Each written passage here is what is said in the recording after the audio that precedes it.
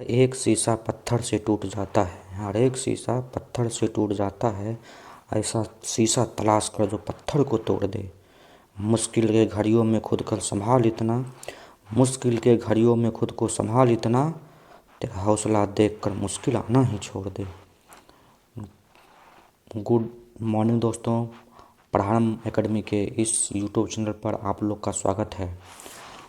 निबंध सीरीज की इस कक्षा में हम लोग आज एक नए लोकोक्ति बीपीएससी सेक्शन 3 के तहत 69 बीपीएससी में पूछे गए प्रश्न आगू नाथ न पीछे पगहा की चर्चा करेंगे। यह बीपीएससी के कहावत वाले सेक्शन में है।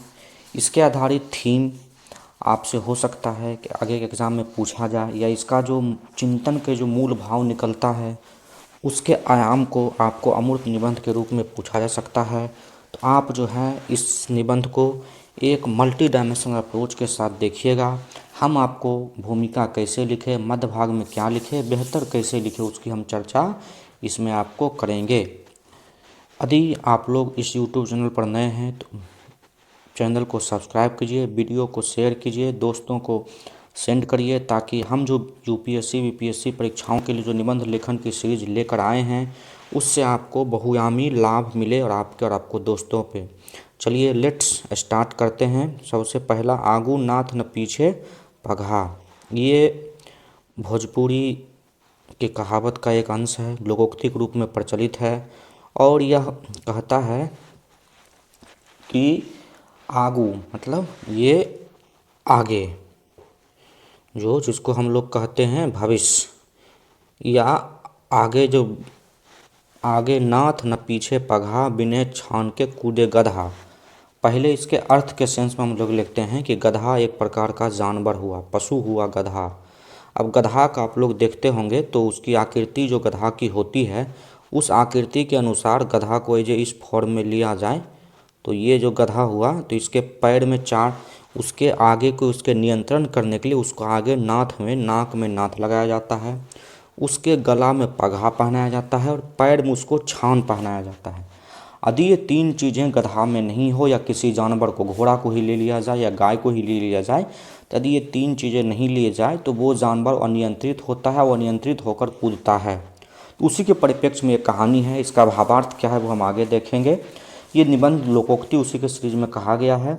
इसका भावार्थ अर्थ कहता है कि बिना नाथ के या गले में पगहा के और पैर में छान के जो है गधा अनियंत्रित होकर कूदता रहता है।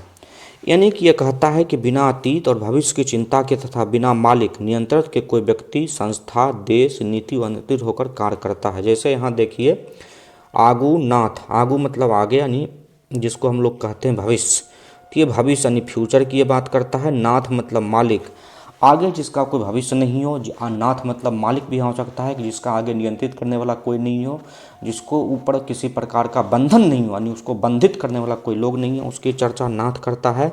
न पाछू पगहा, पाछू मतलब पीछे, यानी उसका अतीत के बारे में कुछ उसका नहीं रहा हो, अतीत के बारे में वह नहीं सीखता हो, अतीत के बारे में वो नहीं जानता हो।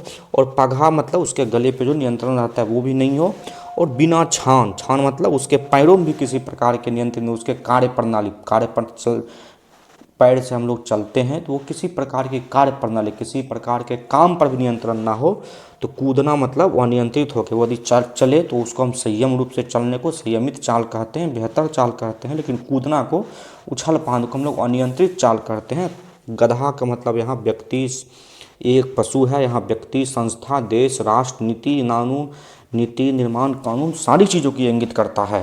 तो इस संस्था के रूप में हम लोग देख सकते हैं कि ऐसे व्यक्ति के बारे में कहता है कि जो बिना किसी ठोस कार्य योजना या नियंत्रण के व्यक्ति कैसा हो सकता है, पशु के समान हो सकता है, दुराचारी हो सकता है। यदि बिना अतीत तथा भविष्य की चिंता के तथा बिना मालिक नियंत्रक के कोई व्यक्ति, संस्था, देश, नीति अंतरित होकर कार्य करता है, इसकी बात ये निबंध करता है। अब आगे हम लोग इसको भूमिका हम कैसे लिखें, तो भूमिका लिखने में सबसे पहले हम जो घनानंद की कहानी आप लोग जानते हैं कि घनानंद जो है नंदवंश का राजा था। उस समय भारत में उसका छत्रक राज था, लेकिन वो जो है अपने अनियंत्रित शासन में लगा था। वो मांस, मदिरा, महिलाओं में व्यस्त रहता था और उस समय मगध साम्राज्य अपने उत्कर्ष पे था। लेकिन नंदवंश के राजा घनानंद उसको इस बात की परवाह नहीं थी। वो जनता का शोषण करता था, अत्याचार करता था, और उन्होंने अपने जो मगध साम्राज्य का अतीत था उससे भी नहीं सीख लिया, और उसके भविष्य को लेकर, मगध साम्राज्य के भविष्य को लेकर भी उसकी चिंता नहीं थी, और वो वर्तमान में भी बेहतर तरीके से कार्य नहीं करता था। तो उसका परिणाम क्या हुआ कि नंदवंश का पतन हो गया। हम लोग जानते हैं कि चाणक्य ने एक शपथ लिया, और चाणक्य शपथ लेने के बाद मगध का राजा पे मौर्य साम्राज्य की स्थापना और नंदवंश का पतन हो गया। अहंकारी रावण की कथा और साम्राज्य के पतन की कथा भी वही है कि रावण अहंकारी था, वो अपने अतीत के गौरव से नहीं सीखा था, भविष्य की उसकी चिंता नहीं थी, बस वो वर्तमान के लिए अपने लिए चिंता में डूबा रहता था, इसलिए वो इस बात की करता है। या हम लोग जो है नियंत्रण की बात करता है, नियंत्रण प्रकृति पर भी हो सकता है, पशु पे होता है, व्यक्ति पर होता है, संस्था पे होता है, किसी चीज़ पे भी नियंत्रण हो सकता है। इसी परिप्रेक्ष्य में यदि कहता है कि प्रकृति पे नियंत्रण नहीं हो तो क्या कार्य होगा, उस संबंध में ये कहा गया है। घन घमन नभ गर्जन घोड़ा प्रियहीन कांपत मन मोरा। भगवान राम जी जो जब जा रहे थे वनवास में, वनवास के समय में जब सीता माता उनके साथ थी तो जंगल में बहुत ही घनघोर घटा छाया हुआ था, और प्रकृति अनियंत्रित होकर बरस रही थी। तो अनियंत्रित होकर प्रकृति के बरसने से भगवान राम को भी डर लग रहा था। तो भगवान राम जी कहते हैं कि घन घमन नभ गर्जन घोड़ा प्रियहीन कांपत मन मोरा।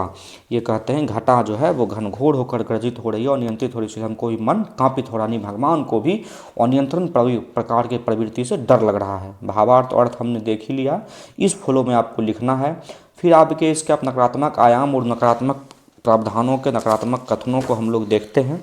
तो सबसे पहला हम लोग का नकारात्मक कथन देखते हैं राजा के समय में, जो हम लोग का खिलजी था, सिकंदर था, औरंगजेब सहित कई राजा बिना नियंत्रण के अतीत के इतिहास भविष्य की चिंता के बिना शासन किया, और उसका परिणाम यह हुआ कि उसका शासनकाल क्रूर रहा, तानाशाह रहा, जनता की हत्या हुई, लूटपाट हुई, और फिर उस राजा का पतन हो गया, और उसके पतन को अहंकारी के रूप में देखा जाता है।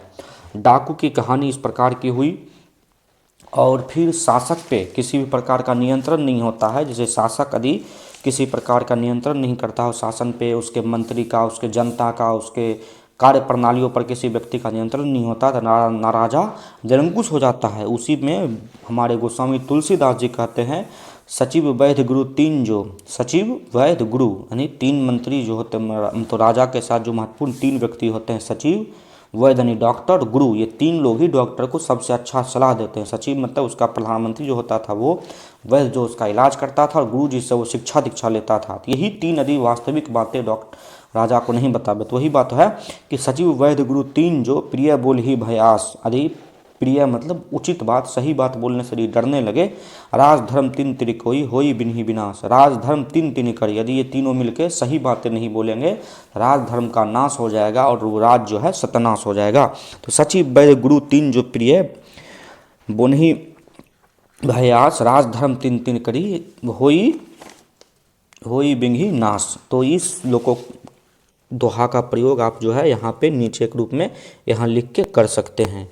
अब आगे का हुआ हम लोग का कि राज्य सरकार के आगे देखते हैं। राजनीतिक क्षेत्र में राज्य सरकार के तीनों अंग से लेकर शासक, प्रशासक, कानून, संविधान का प्रयुक्त निबंधन नहीं हो। यहाँ पे आप संस्था का जिक्र कर सकते हैं, जैसे हम लोग का ईडी है, सीबीआई है, सरकार है।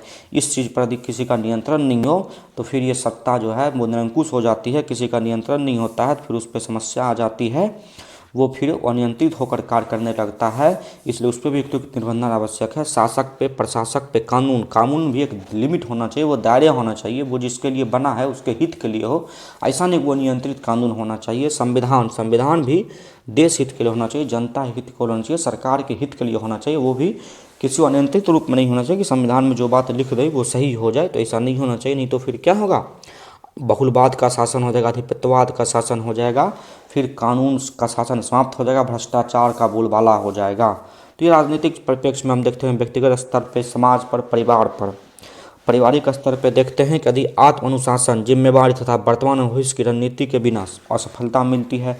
यदि स्वयं के अंदर व्यक्ति में आत्म अनुशासन नहीं हो, जिम्मेवारी नहीं हो, वर्तमान और भविष्य की रणनीति नहीं हो तो आपको असफलता ज़रूर मिलेगी।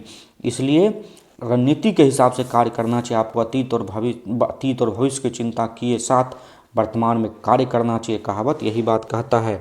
इसका उदाहरण आप लोग देख सकते हैं कि यदि आप परीक्षा की तैयारी कर रहे हैं छात्र जीवन में, और यदि आपके पास आत्मनुशासन नहीं हो, परिवार में व्यक्तियों के ऊपर जिम्मेवारी नहीं हो, तो वर्तमान एवं भविष्य की चिंता नहीं हो, उसके लिए रणनीति नहीं हो, तो फिर आपको असफलता अवश्य मिलेगी। ये फिर देखिए, परिवार समाज का बंधन नहीं तो कर्तव्यहीनता का बोझ, जिसे पारिवारिक कलह, यदि कोई व्यक्ति के ऊपर परिवार की जिम्मेवारियों का बोझ नहीं हो, परिवार के लेके उसके ऊपर परिवार का बंधन नहीं हो, तो फिर वो व्यक्ति कर्तव्यहीनता का बोध करने लगता है, जिससे परिवार में कलह होता है, समाज में टूट होने लगता है।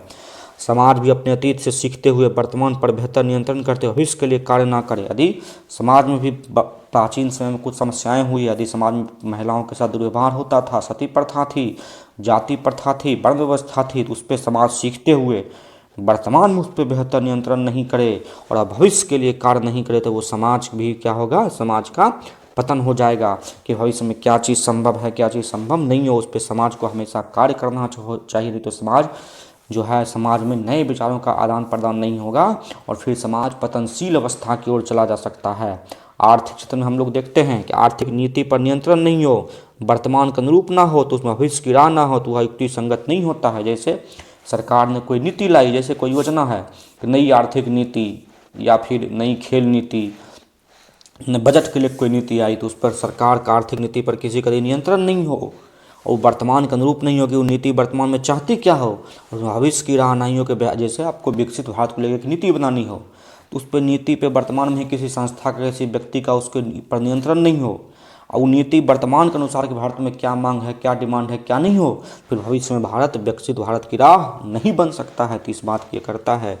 कंपनियों पर नियंत्रण नहीं हो तो मोनोपोली स्थापित हो जाएगा, फिर किसी एक कंपनी का एक छत्रक राज हो जाएगा, फिर जो है आर्थिक क्षेत्र हम लोग का बर्बाद हो जाएगा। शिक्षा में शुल्क पर नियंत्रण होना चाहिए। हम लोग देख रहे हैं नीट जेई, नीट की परीक्षा का शुल्क 1 करोड़ रुपया चल जा रहा है। यदि उस पर किसी का नियंत्रण नहीं हो तो फिर वो बहुत ही समस्या उत्पन्न। शिक्षा पर भी यदि शुल्क में नियंत्रण नहीं हो तो क्या हो सकता है, शिक्षा पे भी नीट यूजी देखते होंगे 1 करोड़ तक फीस चला जाता है। तो शिक्षा व्यवस्था पे भी नियंत्रण होना चाहिए, उसको भविष्य निर्माण होना चाहिए, क्योंकि हम लोग जानते हैं कि शिक्षा जो है भविष्य निर्माण का राजमार्ग होता है, उसी पर होकर हम लोग का भविष्य जाता है। यदि उस पर जो है नियंत्रण स्थापित नहीं हो शुल्क पे, तो वो शिक्षा सभी के लिए बेहतर नहीं होगी, फिर वो समस्या क्रिएट करेगी। प्रकृति यदि वो नियंत्रित होकर वर्षा करे, गर्मी करे, तो परिस्थिति का खतरा हो सकता है। प्रदूषण तथा उत्सर्जन को लेकर नियंत्रण न हो तो जल प्रदूषण, वायु प्रदूषण तथा जलवायु परिवर्तन हो सकता है। ये समस्या इंडस्ट्रियल घराने अभी जो है अनियंत्रित होकर, यदि हम वनों की कटाई करें और नियंत्रित होकर यदि प्रदूषण करे, उत्सर्जन करे, तो नियंत्रण ना हो तो जल प्रदूषण, वायु प्रदूषण तथा जलवायु परिवर्तन हो सकता है। अगला हम लोग देख सकते हैं, अन्य प्रारूप में पत्रकारिता प्रबंधन ना हो तो वह राय थोपने लगेगा, मूल भावना से भटक जाएगा, फिर लोकतंत्र का चौथा स्तंभ दलाली में गिर जाएगा। जैसे हम लोग जानते हैं पत्रकार यदि पत्रकारिता करने लगे तो फिर वो समस्या उत्पन्न करता है। पगहा को यदि अतीत तथा नाथ को भविष्य के संदर्भ में देखें तो बिना अतीत के अध्ययन के भविष्य का निर्माण संभव नहीं। जैसे मुंडा विद्रोह संबंधी क्रांति व सफलता, जैसे हम लोग देखते हैं इतिहास में 1857 की क्रांति हो गई या फिर हम लोग का मुंडा विद्रोह हो गया, इन सब चीज़ों की असफलता के पीछे का कारण सब लोग यही माना जाता है कि इन्होंने अतीत में जो घटनाएं हुई थी उससे सीख नहीं लिया और भविष्य के लेकर रणनीति नहीं थी। हम लोग जानते हैं कि 1857 की क्रांति में सारे लोग अपने अपने कार्य के लग रहे थे, किसी का किसी पे एक साथ समन्वय नहीं था, कोई किसी के साथ बेहतर संयोजक होकर कार्य नहीं करता था। इस वजह से 1857 की क्रांति का असफलता हुआ। तो ये हम लोग को बताता है कि इसके अन्य परिणाम हो सकते हैं। भीड़ भी यदि बिना नियंत्रण के हो, भीड़ भी यदि हम लोग जानते हैं कि भीड़ के हालांकि कोई भी रूप स्वरूप नहीं होता, लेकिन यदि भीड़ बिना नियंत्रण के हो, बिना लक्ष्य के हो तो हिंसक होता है। ऐसे में मॉब लिंचिंग, हिंसक धार्मिक घटनाएं तथा जातीय दंगे हो सकते हैं। तो ये हम लोग को कहा जाता है कथा भीड़ पे भी नियंत्रण होना चाहिए। देखते आप लोग देखेंगे, हाँ कुंभ हादसा उदाहरण दे सकते हैं। कुंभ में बिना नियंत्रण के भीड़ ने क्या किया, हजारों लोगों की जान ले ली। तो यहाँ आप लोग इसका उदाहरण दे सकते हैं, भीड़ द्वारा हत्या, ये भीड़ द्वारा हत्या, मॉब लिंचिंग, भीड़ द्वारा हिंसा।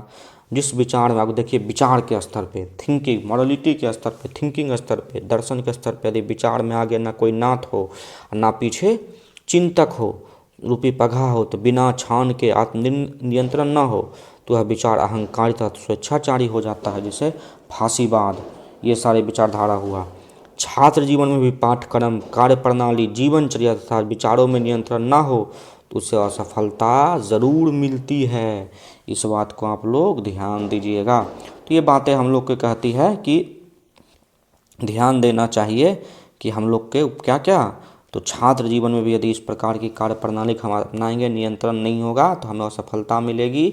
और फिर देखते होंगे छात्र को बहुत लंबे समय तक बिना किसी भविष्य की चिंता किए बिना बिना अतीत के सोचे बिना वर्तमान में बेहतर रूप से कार्य नहीं करता है। फिर वो एक उम्र होने के बाद उसको नौकरी या जो भी लक्ष्य तय किया वो नहीं होता, फिर उसको जीवन अपना बोझ लगने लगता है। तो ये बात हुआ। अब सकारात्मक पक्ष देखते हैं, कभी कभी बंधन या पाबंदी के विकास में बाधा उत्पन्न करता है।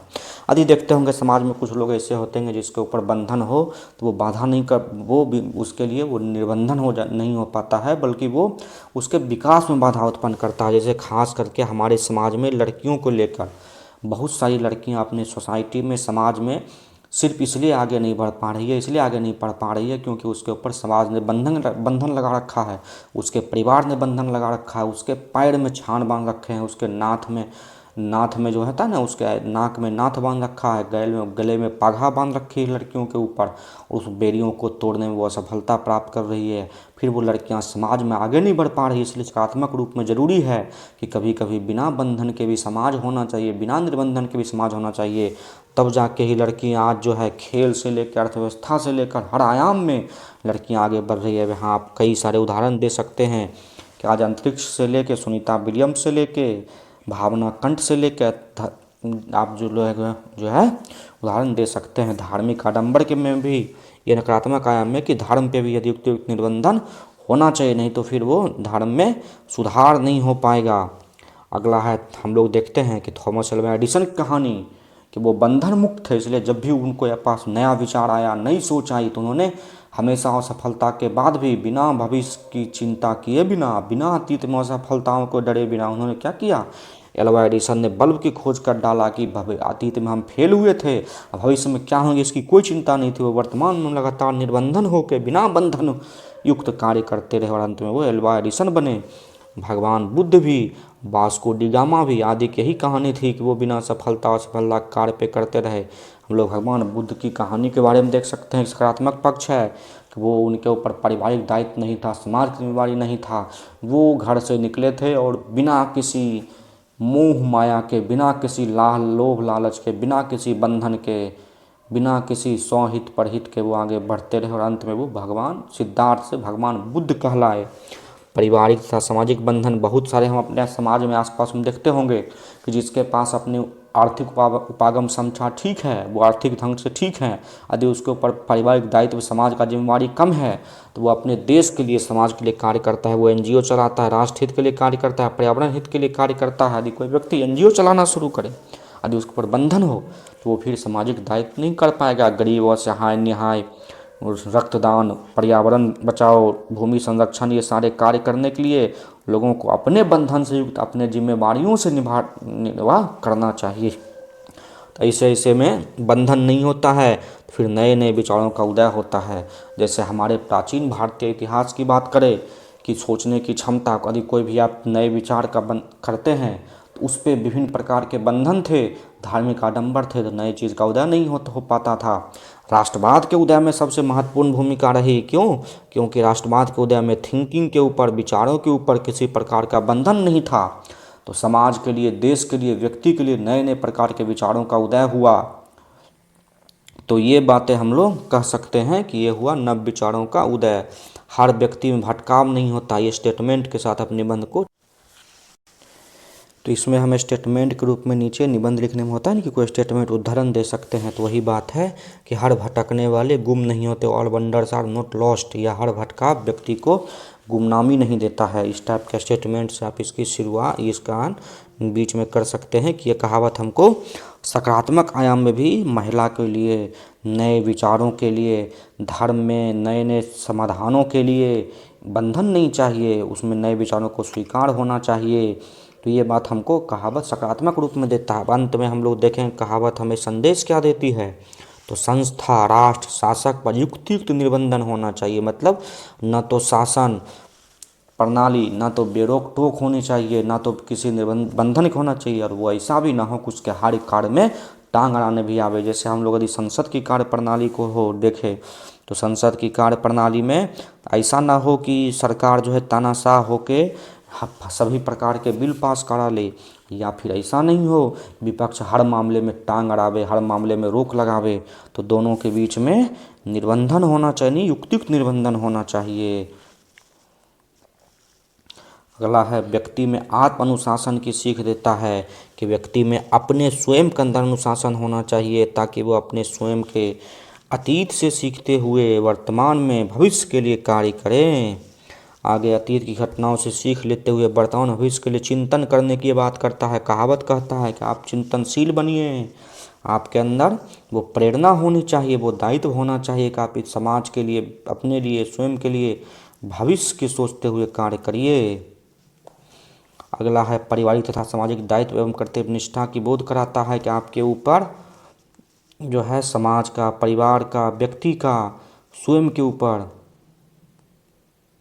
जिम्मेवारी होता है। उस जिम्मेवारी से आपको भागना नहीं है, वो आपके लिए दायित्व है, वो आपके लिए कर्तव्य निष्ठा है, उसकी बोध कराता है कि आपके ऊपर बंधन है। किसका बंधन है? सामाजिक दायित्व का, कर्तव्य निष्ठा का बोध कराता है ये कहावत। लास्ट में हम लोग निष्कर्ष के रूप में लिख सकते हैं अतः अतीत का बोध। देखिए निष्कर्ष हमने कितना बेहतर लिखा है, आप इस निष्कर्ष को हूबहू उतार सकते हैं इसे कहावत में। अतः अतीत का बोध, भविष्य की चिंता तथा वर्तमान का सम्यक कार्य प्रणाली, वर्तमान की सम्यक कार्य प्रणाली एवं अध्ययन। क्या है? अतीत का बोध, भविष्य की चिंता तथा वर्तमान की सम्यक कार्य प्रणाली एवं अध्ययन द्वारा सतत एवं समावेशी विकास आवश्यक है। यानी हम अतीत का बोध हमको रहेगा कि अतीत में हमने क्या गलतियां की है, भविष्य की चिंता रहेगी हमें, तथा वर्तमान के लिए सम्यक एवं कार्य प्रणाली करेंगे एवं उसका अध्ययन करेंगे तो हम सतत एवं समावेशी विकास कर सकते हैं। तो ये हम लोग का हुआ निष्कर्ष, और निष्कर्ष के लास्ट में स्टेटमेंट से कर सकते हैं कथन का, निबंध का इंड, कि बंधन ही बंधनयुक्त समाजों का निर्माण करता है। अब हमने आपको इतने सारे डायमेंशन दे दिए निबंध के रूप में। अब आप इन सारे डायमेंशन के रूप में निबंध को भाषागत बना के, इसी को अलग अलग डायमेंशन में बना के निबंध को लिखिए, और हम नीचे टेलीग्राम चैनल देंगे, उस लिंक में आप इस निबंध को लिख के भेज सकते हैं। हम आपको पर्सनल फीडबैक देंगे। उम्मीद करते हैं आपको ये निबंध इस आयाम के साथ समझ में आया। अभी हम फिलहाल आपको एक दो निबंध आगे लिख के भी दिखाएंगे। अभी फिलहाल हम आपको ये बता रहे हैं कि आप एक अच्छे तरीके से खाका निबंध को लेके आप एक साइनॉप्सिस कैसे बेहतर बनाइएगा, और इस साइनॉप्सिस का प्रयोग करके फिर आप भाषागत निबंध लिखने का स्वयं से प्रयास कीजिए। हम आपको समझिए आपको एक हैंड आउट नोट्स के रूप में डायमेंशन दे रहे हैं, आप इस डायमेंशन के आधार पे सोचते हुए भाषागत निबंध बनाने का प्रयास कीजिए, और इससे आपके अंदर लेखन कला का विकास होगा। तो ये हमने देखा आगे आगू नाथ न पीछे पगहा, बिना छान के कूदे गधा। इसकी हमने भूमिका कैसे लिखेगा, भावार्थ क्या हुआ, अर्थ क्या हुआ, नकारात्मक संदेश और प्रभाव, फिर कहावत क्या हमें कहता है कि सकारात्मक रूप में क्या होना चाहिए, क्या क्या कार्य, और फिर हमने इसमें विभिन्न लोकोक्ति, विभिन्न कथनों का यूज किए, और इस तरीके से हमने इस कथा को रोचक बनाने का प्रयास किया, इस लेखन को। तो हम उम्मीद करते हैं कि ये आपको समझ में आया होगा। आप लोग इसको निबंध को भाषागत बना के लिख के हमको सेंड कीजिए, आपको हम फीडबैक देंगे। मिलते हैं अगले वीडियो में, तब तक पढ़ाई करते रहिए। बाय, गुड नाइट, मिलते हैं आपको नेक्स्ट वीडियो में।